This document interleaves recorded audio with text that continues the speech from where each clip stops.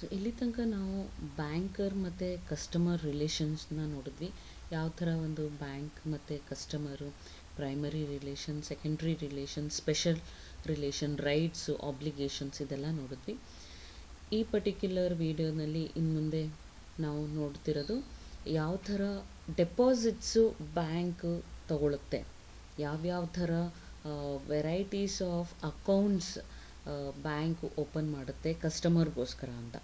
ಯೂಶ್ವಲಾಗಿ primary function ಏನು deposit ತಗೊಳ್ಳೋದು ಅಲ್ಲ, ಅಮೌಂಟ್ನ ಡೆಪಾಸಿಟ್ ತಗೊಳ್ಳೋದು ಬ್ಯಾಂಕ್ದು ಪ್ರೈಮರಿ ಫಂಕ್ಷನ್ ಇರುತ್ತೆ. ಈ ಡೆಪಾಸಿಟ್ ಹೇಗೆ ತಗೊಳುತ್ತೆ bank? So it has to have some account in the bank. Customer ಯಾವುದಾದ್ರೂ ಒಂದು ಅಕೌಂಟ್ ಇರಬೇಕು. ಅಥವಾ ಎಸ್ ಬಿ ಬ್ಯಾಂಕ್ ಅಕೌಂಟ್, ಅಥವಾ that is saving bank account, ಅಥವಾ current account, F D account, ಅಥವಾ R D account, or any other account wherein they can deposit the money. ಯಾರು customer ಬ್ಯಾಂಕಿಗೆ deposit ಮಾಡಬೇಕು. ಆದರೆ ಯಾವ ಥರ ಅಕೌಂಟು ಡೆಪಾಸಿಟಲ್ಲಿ ಯಾವ ಥರ ಅಕೌಂಟ್ ಓಪನ್ ಮಾಡಬೇಕು ಅನ್ನೋದು ಕಸ್ಟಮರ್ ರಿಕ್ವೈರ್ಮೆಂಟ್ ಮೇಲೆ ಹೋಗುತ್ತೆ. For example, if customer is wanting to go for a business ಮಾಡಬೇಕು, ಆವಾಗ ಅಕೌಂಟ್ ಓಪನ್ ಮಾಡಬೇಕು, ಆವಾಗ ಕರೆಂಟ್ ಅಕೌಂಟ್ ಓಪನ್ ಮಾಡ್ತೀವಿ. ನಾರ್ಮಲ್ ಪರ್ಸನ್, ನಾರ್ಮಲಾಗಿ ನಾವು ಸೇವಿಂಗ್ಸ್ನ ಅಲ್ಲಿ ಅಕೌಂಟಲ್ಲಿ ಹಾಕ್ತೀವಿ ಅಂದಾಗ ದಟ್ ಈಸ್ ಸೇವಿಂಗ್ಸ್ ಬ್ಯಾಂಕ್ ಅಕೌಂಟ್ನ ಓಪನ್ ಮಾಡ್ತೀವಿ. ಇಲ್ಲಿ ವಿಮೆನ್ ಆರ್ ದೇರ್, ವಿಮೆನ್ನು, ಮೇಲು, ಹಾಗಾಗಿ ಚಿಲ್ಡ್ರನ್ ಅಕೌಂಟ್. ಮತ್ತು ಬಿಸ್ನೆಸ್ ಓಪನ್ ಮಾಡಿದಾಗ ಬಿಸ್ನೆಸ್ಸಲ್ಲಿ ಪಾರ್ಟ್ನರ್ಶಿಪ್ ಫರ್ಮ್ ಆದರೆ ಪಾರ್ಟ್ನರ್ಸ್ ಅಕೌಂಟ್ ಓಪನ್ ಮಾಡ್ತೀವಿ. ಅಥವಾ ದೊಡ್ಡ ಕಂಪನಿ ಆದರೆ ಜಾಯಿಂಟ್ ಸ್ಟಾಕ್ ಕಂಪನಿದು ಒಂದು ಇಂಡಿವಿಜುವಲ್ ಅಂತ ನಾವು ಅಕೌಂಟ್ನ ಓಪನ್ ಮಾಡ್ತೀವಿ ಅಲ್ಲ. ಸೊ ಈ different varieties of accounts will be opening here. And ಆ ಅಕೌಂಟ್ ಓಪನ್ ಮಾಡಿದಾಗ ಬ್ಯಾಂಕರು ಅವನದು ಏನು ಕರ್ತವ್ಯಗಳು, ರೆಸ್ಪಾನ್ಸಿಬಿಲಿಟೀಸ್, ಅಥವಾ ಅವನ ಹತ್ರ ಯಾವ ರೈಟ್ ಇರುತ್ತೆ, ಇದನ್ನೆಲ್ಲ ನಾವು ಇಲ್ಲಿ ತಿಳ್ಕೊಳ್ಳೋಣ. First, a banking institution accept deposits from the members of public. So it will accept the deposit from the public. An account in a bank for this purpose may be opened by any person. For this purpose, deposit ಮಾಡೋಕ್ಕೋಸ್ಕರನೇ ಅಕೌಂಟ್ನ open ಮಾಡ್ತಾರೆ. ಯಾರು open ಮಾಡ್ಬೋದು? They have given some of the condition. What is that? First one is legally capable of entering into a valid contract. ಲೀಗಲಾಗಿ ಒಂದು contract enter ಆಗೋಂತಹ ಒಬ್ಬ person ಅಂದರೆ ಅವನು 18 ಇಯರ್ಸ್ ಮೇಲೆ ಆಗಿರಬೇಕು. ಒಂದು ಕಂಡೀಷನ್. ಯಾವುದೇ ಒಂದು ಕಾಂಟ್ರಾಕ್ಟ್ ಮಾಡಬೇಕಾದ್ರೆ ಎರಡೂ parties they should be adult ಅಂದರೆ 18 ಇಯರ್ಸ್ ಆ್ಯಂಡ್ ಎಬೋವ್ ಅಡಲ್ಟ್ ಆಗಿರಬೇಕು. So they will get the capacity in the legal ಆಗಿ ಅವ್ರಿಗೆ ಕೆಪಾಸಿಟಿ ಸಿಗುತ್ತೆ to enter into a contract, to enter into an agreement. ಆಯಿತಾ? ಸೊ ಹಾಗಾಗಿ ಅವರು 18 ಇಯರ್ಸ್, ನಮ್ಮ ಇಂಡಿಯಾದಲ್ಲಿ ಲೀಗಲಾಗಿ ಅವರು ಒಂದು ಕಾಂಟ್ರಾಕ್ಟ್ನ ಎಂಟರ್ ಆಗಬೇಕಾದ್ರೆ he should be an adult, that is 18 years, ನಮ್ಮ ಇಂಡಿಯನ್ ಕಾಂಟ್ರಾಕ್ಟ್ ಆ್ಯಕ್ಟ್ ಪ್ರಕಾರ. And next one is applies to the banker in a proper manner. ಅವ್ನು ಬರೀ 18 ಇಯರ್ಸ್ ಆಗಿದೆ, ಓಕೆ ನಾಳೆ ಹೋಗ್ಬಿಟ್ಟು ಅವನು ನನ್ನ 18 ಇಯರ್ಸ್ ಆಗಿದೆ, ನಾನು ಅಡಲ್ಟು, ನಾನು ಅಕೌಂಟ್ ಓಪನ್ ಮಾಡಬೇಕು ಅಂತಂದರೆ ಆಗಲ್ಲ.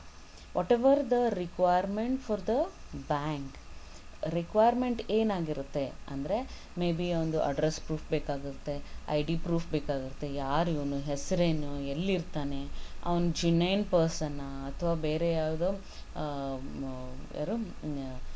ಇಲ್ಲಿ ರೆಸಿಡೆಂಟ್ ಇಲ್ಲದೆ ಇರೋರು, ಅಥವಾ ನಾನ್ ರೆಸಿಡೆಂಟ್ ಆಫ್ ಇಂಡಿಯನ್ನ, ಅಥವಾ ಬೇರೆ ಕಡೆಯಿಂದ ಬಂದಿರೋ ಅಂತಹ ರೆಫ್ಯೂಜೀಸಾ, ಅಥವಾ ಇಂಡಿಯನ್ ನ್ಯಾಷನಲ್ ಅಲ್ಲದೆ ಇರೋವನ್ನ, ಅಥವಾ ಬೇರೆ ಯಾವುದೋ ಬ್ಯಾಡ್ ಪರ್ಪಸ್ಗೋಸ್ಕರ ಇಲ್ಲಿ ಅಕೌಂಟ್ ಓಪನ್ ಮಾಡ್ತಿದ್ದಾನೆ. All these things will be they will be doing KYC, that is know your customer. ಆ KYC ಮುಖಾಂತರ the banker will come to an conclusion that the customer is a proper customer. Okay, ಇವನು ಸರಿಯಾಗಿ customer ಜುನೈನ್ ಇದ್ದಾನೆ, ಇವೊಂದು documents ಎಲ್ಲ ಸರಿ ಇದೆ, so ಇವೊಂದು account open ಮಾಡ್ಬೋದು ಅಂತ ಅಕೌಂಟ್ ಓಪನ್ ಮಾಡ್ತಾರೆ. ಹೇಗೆ ಫಸ್ಟ್ ಏನು ಮಾಡ್ತಾರೆ, they will be some formalities to do the account opening process. First bank account opening form ಕೊಡ್ತಾರೆ, whichever the account they want to open. S B account ಇರ್ಬೋದು, ಅಥವಾ ನಾನು ಕರೆಂಟ್ ಅಕೌಂಟ್ ಇರ್ಬೋದು. ಯಾವುದೇ ಒಂದು ಅಕೌಂಟ್ ಓಪನ್ ಮಾಡಬೇಕಾದ್ರೆ first ಏನು, they will be given a form to open the account. ಆ ಫಾರ್ಮ್ ಫಿಲ್ ಮಾಡಬೇಕು, ಫೋಟೋಸ್ ಕೊಡಬೇಕು, ಡಾಕ್ಯುಮೆಂಟ್ಸ್ ಕೊಡಬೇಕು, I D proof, address proof, documents ಕೊಡಬೇಕು. And then they can open a account. They can deposit some money, ಆವಾಗಲೇ deposit ಮಾಡ್ಬೋದು. So all these process should be there. ಅದನ್ನೆಲ್ಲ verify ಮಾಡ್ತಾರೆ ಯಾರು, bank officials. ಏನೇನು documents ಕೊಟ್ಟಿರ್ತಾರೆ ಅದು ಒರಿಜಿನಲ್ ನೋಡಿ ಅದನ್ನು ವೆರಿಫೈ ಮಾಡ್ತಾರೆ. Yes he is a right person to open ಅಂತ. ಏನಾದರೂ ಡೌಟ್ ಇದ್ದರೆ they may ask to give the original ಅಥವಾ ರಿಜೆಕ್ಟ್ ಮಾಡ್ಬೋದು. Banker can reject the application also, ಸರಿಯಾಗಿ ಡಾಕ್ಯುಮೆಂಟ್ಸ್ ಕೊಡಲಿಲ್ಲ ಅಂತಂದರೆ. ಅಥವಾ if a person is a minor, ಆವಾಗಲೂ ಓಪನ್ ಮಾಡೋಕ್ಕಾಗಲ್ಲ. ಆದರೆ minor they can open account, I will tell you later. ಆಮೇಲೆ ಲುನಾಟಿಕ್ ಅಥವಾ ತಲೆ ಸರಿ ಇಲ್ಲದೆ ಇರೋರು, ಅಥವಾ ಬುದ್ಧಿಮಾಂದ್ಯತೆ ಇರೋರು, ಅಥವಾ ಮೆಂಟಲಿ ರಿಟಾರ್ಡೆಡ್ ಇರೋರು, ಅಥವಾ they are drunkards, alcohol consumption ಮಾಡಿಕೊಂಡು ಬಂದಿರೋರು, ಅವ್ರಿಗೆಲ್ಲ ಏನು ಮಾಡ್ತಾರೆ, they won't be given at that particular point of time. ಅವ್ರು ಏನು ಹೇಳ್ತಾರೆ, when you are okay then come and open the account. So ಯಾವುದೇ ಒಂದು contract, this is also a contract. ಯಾವುದೇ ಒಂದು ಕಾಂಟ್ರ್ಯಾಕ್ಟ್ನ ಸೈನ್ ಮಾಡಬೇಕು ಅಂದರೆ, that is the contract between bank and the customer, that they are going to open a account, they will give the services. So ಈ ಥರ ಇರಬೇಕಾದ್ರೆ anything they are entering into the contract, they have to have ಒಂದು ಸರಿಯಾದ mind ಇರಬೇಕು, ಸರಿಯಾದ person will be doing the contract. Not minor or drunkard or lunatic person can have a competency to enter in to a contract. So ಇದನ್ನು ನೀವು contract ಬಗ್ಗೆ ತಿಳ್ಕೊತೀರಾ. ಅದ್ರ ಬಗ್ಗೆ ನೀವು ತಿಳ್ಕೊಬೇಕಾದ್ರೆ you will come to know so many categories where valid contract ಯಾವಾಗ valid ಆಗುತ್ತೆ ಅಂತ ಇರುತ್ತೆ. ಸೊ ಆ ವ್ಯಾಲಿಡ್ ಕಾಂಟ್ರ್ಯಾಕ್ಟ್ನ ಇಟ್ಕೊಂಡು ಯಾವುದ್ಯಾವುದು ಬೇಸಿಕ್ ಕಂಡೀಷನ್ಸ್ ಇರುತ್ತೆ ಅದೇ ಪ್ರಕಾರ ಇಲ್ಲಿ ಅಕೌಂಟ್ನ ಓಪನ್ ಮಾಡ್ತಾರೆ. Okay, so whatever the account opening procedures ಇರುತ್ತೆ, ದ ಮೇನ್ ಅಥಾರಿಟಿ ಯಾರು, ಬ್ರ್ಯಾಂಚ್ ಮ್ಯಾನೇಜರ್ ಇರ್ಬೋದು ಅಥವಾ senior managers will be doing the KYC, that is know your customers ಎಲ್ಲ ನೋಡಿಕೊಂಡು ಡಾಕ್ಯುಮೆಂಟ್ಸ್ ವೆರಿಫೈ ಮಾಡಿ after that they will open a account. Okay, so individuals ಅಲ್ಲದೆ we can have an account. ಇವಾಗ institutions ಇರ್ಬೋದು, colleges ಇರ್ಬೋದು, clubs ಇರ್ಬೋದು, society ಇರ್ಬೋದು, any corporate ಇರ್ಬೋದು, ಅಥವಾ ಜಾಯಿಂಟ್ ಸ್ಟಾಕ್ ಕಂಪನಿಗಳು, ಅದನ್ನು ನಾವು ಏನಂತೀವಿ, ಇಂಡಿವಿಜುವಲ್ಸ್ ಅಂತ ಹೇಳ್ತೀವಿ. Even they can open a account in bank. ಆದರೆ those who are signing authority ಅಥವಾ ಮ್ಯಾನೇಜ್ ಯಾರು ಮಾಡ್ತಾ ಇರ್ತಾರೆ ಆ ಥರ ಅಕೌಂಟ್ಗಳಿಗೆ they have to have precautions before opening account, as well as bank has to have a precautions before opening an account. So ಈ ಥರದ್ದೆಲ್ಲ ಒಂದು ಪ್ರೊಸೀಜರ್ಸ್ ಇರುತ್ತೆ. And there are rules to govern all these accounts, that is given by the RBI. ಅದೊಂದು rules regulations ಎಲ್ಲ ಮಾಡಿರ್ತಾರೆ. ಆ rules regulation ಮಾಡಿರೋದಕ್ಕೆ RBI is a regulatory authority for the banks. So ಈ ಎಲ್ಲ ರೂಲ್ಸ್ ರೆಗ್ಯುಲೇಷನ್ ಇಟ್ಕೊಂಡು ಪ್ರಿಕಾಷನ್ಸ್ನ ನೋಡಿಕೊಂಡು bank should be opening the account for different varieties of accounts. ಅದನ್ನು ಒನ್ ಬೈ ಒನ್ ನಾವು ನೋಡೋಣ. ಹೇಗೆ ಪ್ರಿಕಾಷನ್ಸ್ನ ಬ್ಯಾಂಕ್ ತೊಗೋಬೇಕು, what are the legal positions of the account holder ಇರ್ಬೋದು, ಅಥವಾ ಬ್ಯಾಂಕ್ ಯಾವ ಥರ ಆ ಅಕೌಂಟ್ಸನ್ನ ಡೀಲ್ ಮಾಡುತ್ತೆ, ಅದನ್ನು ಒನ್ ಬೈ ಒನ್ ನೋಡ್ಕೊಂಡು ಹೋಗೋಣ. First one, let us C how is a minor account is to be opened. ಹೇಗೆ ಒಂದು ಮೈನರ್ ಅಕೌಂಟ್ ಓಪನ್ ಮಾಡ್ತಾರೆ, ಯಾವ ಥರ ಮೈನರ್ ಅಕೌಂಟ್ ಜೊತೆ ಬ್ಯಾಂಕು ಡೀಲ್ ಮಾಡುತ್ತೆ, what are the precautions to be taken while dealing with the minor account. Along with that ನಾವು joint account holders ನೋಡ್ತೀವಿ. ಇಬ್ಬರು ಅಥವಾ 3 ಜನ ಜಾಯಿಂಟ್ ಅಕೌಂಟ್ ಹೋಲ್ಡರ್ಸ್ ಯಾರಿರ್ತಾರೆ ಫ್ಯಾಮಿಲೀಲಿ, they can open a joint account. So ಅದನ್ನು ನಾವು ನೋಡ್ತೀವಿ.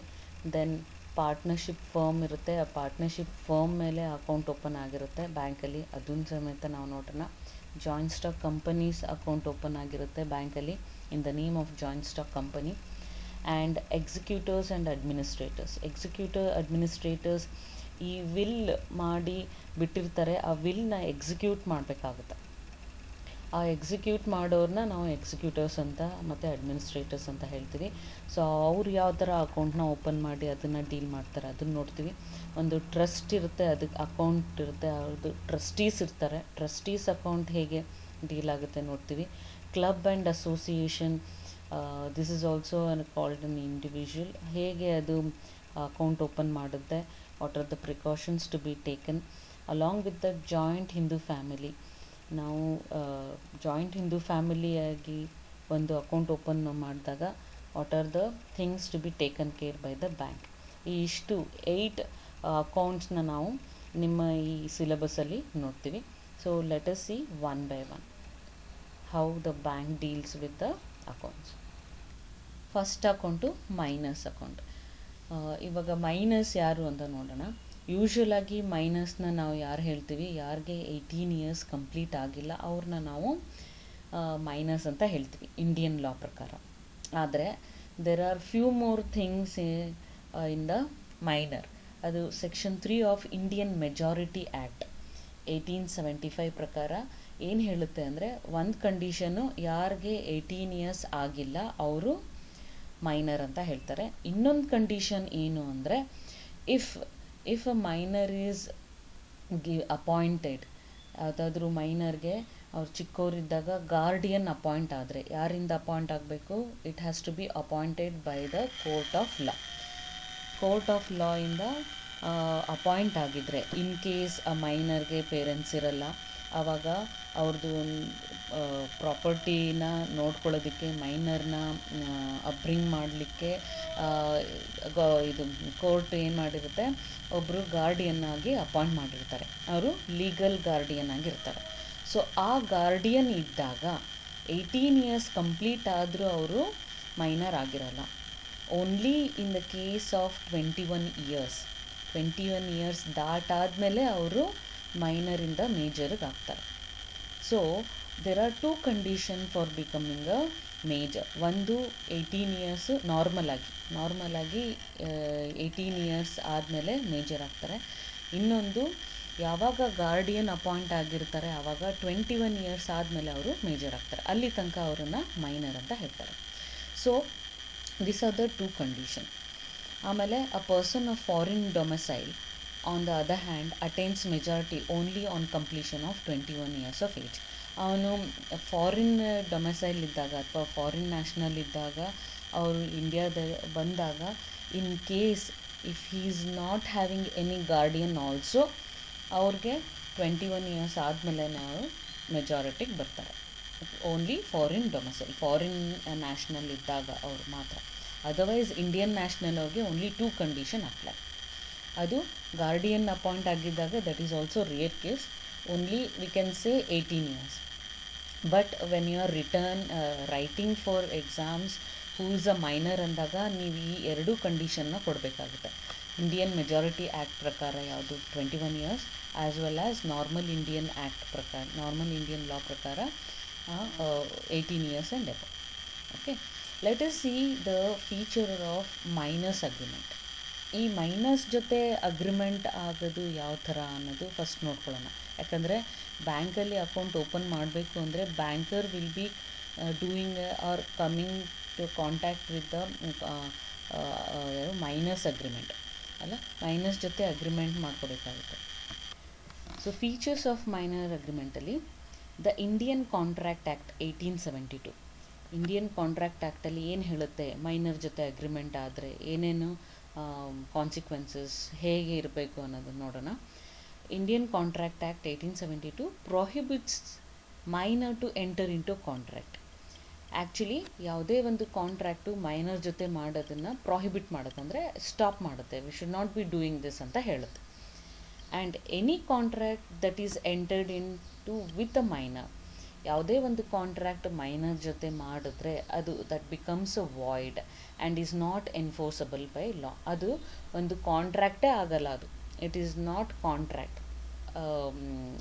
ಲಾ, ಇಂಡಿಯನ್ ಲಾ ಪ್ರಕಾರ ಅದು ಕಾಂಟ್ರಾಕ್ಟೇ ಆಗಲ್ಲ. ನಾವು ಅಕಸ್ಮಾತ್ಗೆ ಅವ್ರು ಅಗ್ರಿಮೆಂಟ್ ಸೈನ್ ಮಾಡಿದ್ದಾರೆ, ಅವ್ರು ನಮ್ಗೆ ದುಡ್ಡು ಕೊಟ್ಟಿಲ್ಲ, ಕೋರ್ಟ್ಗೆ ಹೋಗೋಣ ಅಂದರೆ ಕೋರ್ಟಲ್ಲೂ ಅದು ನಿಲ್ಲಲ್ಲ. So that is what is it tells that any contract entered by the minor or entered with the minor is void, not enforceable. ಫೋರ್ಸೇ ಆಗಲ್ಲ ಅದು ಲಾನಲ್ಲಿ. This legal incapacity of a minor prevents him to acquire property. ಹಾಗಾಗಿ ಯಾವುದೇ ಕಾರಣಕ್ಕೂ ಈ ಥರ incapacity to enter in to contract ಅದೊಂದು ಇರೋದ್ರಿಂದ ಅವನು ಪ್ರಾಪರ್ಟಿ ಅಕ್ವೈರ್ ಮಾಡೋಕ್ಕಾಗಲ್ಲ, ಮತ್ತು ಪರ್ಚೇಸ್ ಮಾಡೋಕ್ಕಾಗಲ್ಲ, ಅಥವಾ ಇರೋ ಪ್ರಾಪರ್ಟಿನ ಸೇಲ್ ಮಾಡೋಕ್ಕಾಗಲ್ಲ, or enter in to any type of agreement. Okay, ಹಾಗಾಗಿ ಮೈನರ್ ಆಗಿದ್ದಾಗ ಯಾವುದೇ ಅಗ್ರಿಮೆಂಟು ಆಗಲ್ಲ. ಆದರೆ to overcome this disability he can appoint a guardian as per Guardian and Wards Act section 27. ಆದರೆ ಈ ಪರ್ಟಿಕ್ಯುಲರ್ ಪ್ರಾಬ್ಲಮ್ನ ಸಾಲ್ವ್ ಮಾಡೋದಕ್ಕೆ ಅವನು he can ask the court to appoint a guardian. A guardian he can take action on behalf of minor. And Hindu majority and guardianship act ಮತ್ತು guardian wards act ಪ್ರಕಾರ ಅವನು ಗಾರ್ಡಿಯನ್ನ appoint ಮಾಡಿಕೊಂಡು he can do the transaction. So guardian will be doing on behalf of minor. Okay, minor ಇಲ್ಲಿ contract enter ಆಗ್ತಾ ಇಲ್ಲ, ಆದರೆ guardian ಯಾರಾಗಿರಬೇಕು? Anybody who is obviously major person, not ಅವನು ಮೈನರ್ ಆಗಿರಬಾರ್ದು obviously. As per this act, the father becomes natural guardian, and if father is not alive, the mother becomes the next guardian. Okay, natural guardian ಯಾರು? First father ಆಗ್ತಾರೆ. Father ಇಲ್ಲ ಅಂದರೆ then it goes to the mother. This is applicable to all Paris, Europe ಮತ್ತು Christians. But Mohammedan law, Muslim law ಇದು ಆಗಲ್ಲ. Natural guardian father ಆಗ್ತಾರೆ, father ಆದಮೇಲೆ ಮದರ್ಗೆ ಬರಲ್ಲ, it will goes to father's father. Okay, father ಇಲ್ಲ ಅಂತಂದರೆ Muslim ಲಾನಲ್ಲಿ ಮದರ್ ಬರಲ್ಲ, it will goes to father's father. Executor appointed by father's will. ಯಾರಾದರೂ ಫಾದರ್ ವಿಲ್ಲಿ ಎಕ್ಸಿಕ್ಯೂಟರ್ ಅಪಾಯಿಂಟ್ ಆದರೆ ಅವ್ರು ಆಗ್ತಾರೆ. Executor appointed by the will of father's but not mother's.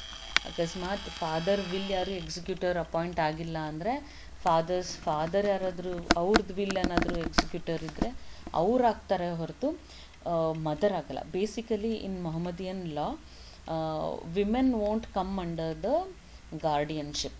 Only a male person, male descendants ಅಥವಾ ಅವ್ರ relatives ಮಾತ್ರ ಅವ್ರನ್ನ guardian ಆಗ್ತಾರೆ. ಕಾಗ್ನೇಟ್ ಆಗ್ನೇಟ್ ಅಂತ ಹೇಳ್ತಾರೆ. ಸೊ ಅಲ್ಲಿ ಮೇಲ್ ಕ್ಯಾಟಗರಿ ಇರೋರು ಮಾತ್ರ ಇಲ್ಲಿ ಗಾರ್ಡಿಯನ್ ಆಗ್ತಾರೆ. ಓಕೆ, ಅದಿರಲಿ. Let us see the difficulties in a contract with minor. ಏನೇನು ಡಿಫಿಕಲ್ಟೀಸ್ ಇದೆ ಮೈನರ್ ಜೊತೆ ಕಾಂಟ್ರಾಕ್ಟ್ ಆದರೆ ಅಂತ. If any contract is entered into or any money is advanced to the minor, the other party runs the following risk. ಯಾವುದೇ ಒಂದು contract minor ಜೊತೆ ಮಾಡಿದ್ರೆ ಅಥವಾ ಅಡ್ವಾನ್ಸ್ ಆಗಿ ಮನಿ ಕೊಟ್ಟರೆ, ದುಡ್ಡು ಟ್ರಾನ್ಸಾಕ್ಷನ್ ಮಾಡಿದ್ರೆ ಈ ಮುಂದೆ ಬರೋಂಥ ರಿಸ್ಕ್ಗಳನ್ನು ಅವನು ಫೇಸ್ ಮಾಡಬೇಕಾಗುತ್ತೆ. That is first one. Any money advanced the minor cannot be recovered by compulsion ಮಾಡ್ಕೊಂಡು ಅದನ್ನು ರಿಕವರ್ ಮಾಡೋಕ್ಕಾಗಲ್ಲ. As the minor contract is void, he can't take by compulsion. This happens even in case of minor who falsely represent himself as a major. ಅವನು minor ಆಗಿ falsely ಅಂದರೆ ಇಲ್ಲ ನಾನು 18 years ಆಗಿದೆ ಅಂತ ಸುಳ್ಳು ಹೇಳಿ ಸಾಲ ಮಾಡಿ ಅಥವಾ ಅಗ್ರಿಮೆಂಟ್ ಮಾಡಿದ್ರೂ ಸಮೇತ ಮುಂದೆ ಅವನು ದುಡ್ಡು ಕೊಟ್ಟಿಲ್ಲ ಅಂದಾಗ ಆ ಅಗ್ರಿಮೆಂಟ್ನ ತೋರಿಸಿ ಇದು ಫಾಲ್ಸ್ ಡಾಕ್ಯುಮೆಂಟ್ಸ್ನ ನಾವು ಕೋರ್ಟಿಗೆ ಸಬ್ಮಿಟ್ ಮಾಡಿದ್ರೂ ಸಮೇತ if it proves that the person is a minor, ಯಾವುದೇ ಕಾರಣಕ್ಕೂ ಅದು ನಿಲ್ಲಲ್ಲ. Minor won't be responsible for that agreement. Next one, as the contract enter with minor is void right from the beginning. ಯಾವಾಗ from the beginning the contract void. It is not that ಆಮೇಲೆ ಸ್ವಲ್ಪ ದಿನ ಆದಮೇಲೆ void ಆಗುತ್ತೆ, ಇಲ್ಲ ಅವನು ಫಾಲ್ಸಾಗಿ ಕೊಟ್ಟಿದ್ದಾನೆ ಆಮೇಲೆ ಗೊತ್ತಾದ ಮೇಲೆ ವಾಯ್ಡ್ ಆಗುತ್ತೆ ಅಂತಲ್ಲ. From the beginning the contract is void. That is called as void ab initio. Law ಟರ್ಮಲ್ಲಿ void ab initio, from the beginning it is void. ಹಾಗಾಗಿ ಅದನ್ನು ಮಾಡೋಕ್ಕೆ ಹೋಗಬಾರ್ದು.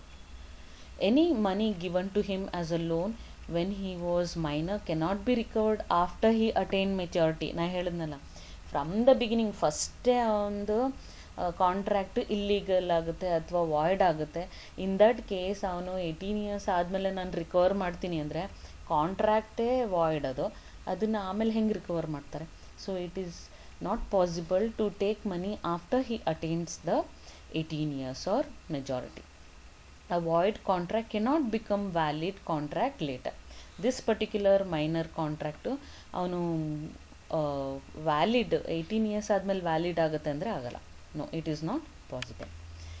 Then even if surety is given for the money obtained by minor, the surety cannot be sued in court if the principal debtor, who is a minor, refuse to pay back the loan. In case minor ಏನು ಮಾಡಿರ್ತಾನೆ, surety ಹಾಕಿ loan ತೊಗೊಂಡಿರ್ತಾನೆ, ಆ loan recover ಆಗಿಲ್ಲ ಬ್ಯಾಂಕಿಂದ ಅಥವಾ ಬೇರೆ ಯಾವುದೇ ಇನ್ಸ್ಟಿಟ್ಯೂಟಿಂದ ಅಂದರೆ ಆ ಇನ್ಸ್ಟಿಟ್ಯೂಟ್ ಅವರು ಮೈನರ್ ಮೇಲೆ ಕೇಸ್ ಹಾಕೋಕ್ಕಾಗಲ್ಲ, ಶ್ಯೂರಿಟಿಯಿಂದ ದುಡ್ಡು ತೊಗೋತಾರೆ. ಆವಾಗೇನಾಗುತ್ತೆ, ಶ್ಯೂರಿಟಿ ನಾರ್ಮಲ್ ಕೇಸಲ್ಲಿ ಯಾರಿಗೆ ಶ್ಯೂರಿಟಿ ಕೊಟ್ಟಿರ್ತಾರಲ್ಲ ಅವರಿಂದ ರಿಕವರ್ ಮಾಡೋ ಚಾನ್ಸಸ್ ಇದೆ. Okay, but in this case as he is a minor, surety can do anything. ಅವನು ಪ್ರಿನ್ಸಿಪಲ್ ಡೆಟಾರ್ ಆದರೂ ಸಮೇತ ಮೈನರಿಂದ ತೊಗೊಳಕ್ಕಾಗಲ್ಲ ಯಾವುದೇ ಕಾರಣಕ್ಕೂ. He can take back the money. And minor cannot even pledge a mortgage property and hence the securities held by the creditor in the form of pledge or mortgage will not give a real title and cannot be availed in case of a minor debtor refuses to pay the loan. ಇಲ್ಲಿ ಮೈನರು ಅವನು ಯಾವುದೇ ಪ್ರಾಪರ್ಟಿನ pledge ಮಾಡೋಕ್ಕಾಗಲ್ಲ, ಅಂದರೆ ಅದು ಅಡ ಇಡೋಕ್ಕಾಗಲ್ಲ. Security ಪರ್ಪಸ್ಗಾಗಿ ಒಂದು ಪ್ರಾಪರ್ಟಿನ ಅಡ ಇಡೋಕ್ಕಾಗಲ್ಲ, ಯಾಕಂದರೆ it is a void agreement. ಆಮೇಲೆ ಅದನ್ನು ಅವನು ದುಡ್ಡು ಕೊಟ್ಟಿಲ್ಲ ಅಂದಾಗ ಆ ಪ್ರಾಪರ್ಟಿ ಜಪ್ತು ಮಾಡೋಕ್ಕಾಗಲ್ಲ ಬೇರೆಯವರು, because it is a void agreement. So ಯಾವುದೇ ಒಂದು ಸೆಕ್ಯೂರಿಟಿ ಇರ್ಬೋದು, ಯಾವುದೇ ಒಂದು negotiable instrument drawn against minor, even that is not applicable to minor contract. ಒಟ್ಟಿನಲ್ಲಿ ಟೋಟಲ್ ಆಗಿ ಮೈನರ್ ಜೊತೆ ಯಾವುದೇ contract it is not going to yield. In case ಅವನು ಮೈನರ್ ಅಮೌಂಟ್ ಕೊಟ್ಟ ಅಂದರೆ okay. If he is not paying the amount, he is going to the court of law ಅಂದರೆ ಆ particular agreement ಕೋರ್ಟಲ್ಲಿ ನಿಲ್ಲಲ್ಲ. So this is what the drawback with the minor. This is what the ಏನು ಹೇಳ್ತೀವಿ, court Indian law ಪ್ರಕಾರ ಮೈನರ್ಗೆ ಒಂದು protection ಕೊಟ್ಟಿದ್ದಾರೆ. Because minor won't be having that capacity to understand the agreement ಅರ್ಥ ಮಾಡ್ಕೊಳಕ್ಕಾಗಲ್ಲ ಅವ್ರಿಗೆ. ಅಗ್ರಿಮೆಂಟ್ಗಳು ಹೇಗೆ ಟರ್ಮ್ಸ್ ಆ್ಯಂಡ್ ಕಂಡೀಷನ್ ಟ್ವಿಸ್ಟ್ ಆಗಿರುತ್ತೆ, ಅದೆಲ್ಲ they are not matured enough to understand ಅಂತ ಒಂದು ಕಾರಣಕ್ಕೋಸ್ಕರ ಏನು ಮಾಡ್ತಾರೆ, ಕೋರ್ಟು ಮೈನರ್ಗೆ ಒಂದು ಪ್ರೊಟೆಕ್ಷನ್ ಕೊಟ್ಟಿರೋದು. ಸೊ ಹಾಗಾಗಿ ಯಾವುದೇ ಒಂದು ಅಗ್ರಿಮೆಂಟು ಮೈನರ್ ಜೊತೆ ನಿಲ್ಲಲ್ಲ. So it is better to take care while you enter the contract with the minor. So ಮುಂದೆ ಮೈನರ್ ಮತ್ತು ಬ್ಯಾಂಕ್ ಅಕೌಂಟು ಹೇಗೆ ಓಪನ್ ಆಗುತ್ತೆ, ಮೈನರ್ ಜೊತೆ ಬ್ಯಾಂಕ್ ಅಕೌಂಟ್ ಹೇಗೆ ಓಪನ್ ಆಗುತ್ತೆ, bankers how they take the precautions while opening the account and how they deal with the account with the minor, ಅದನ್ನು ಮುಂದೆ ನೋಡೋಣ.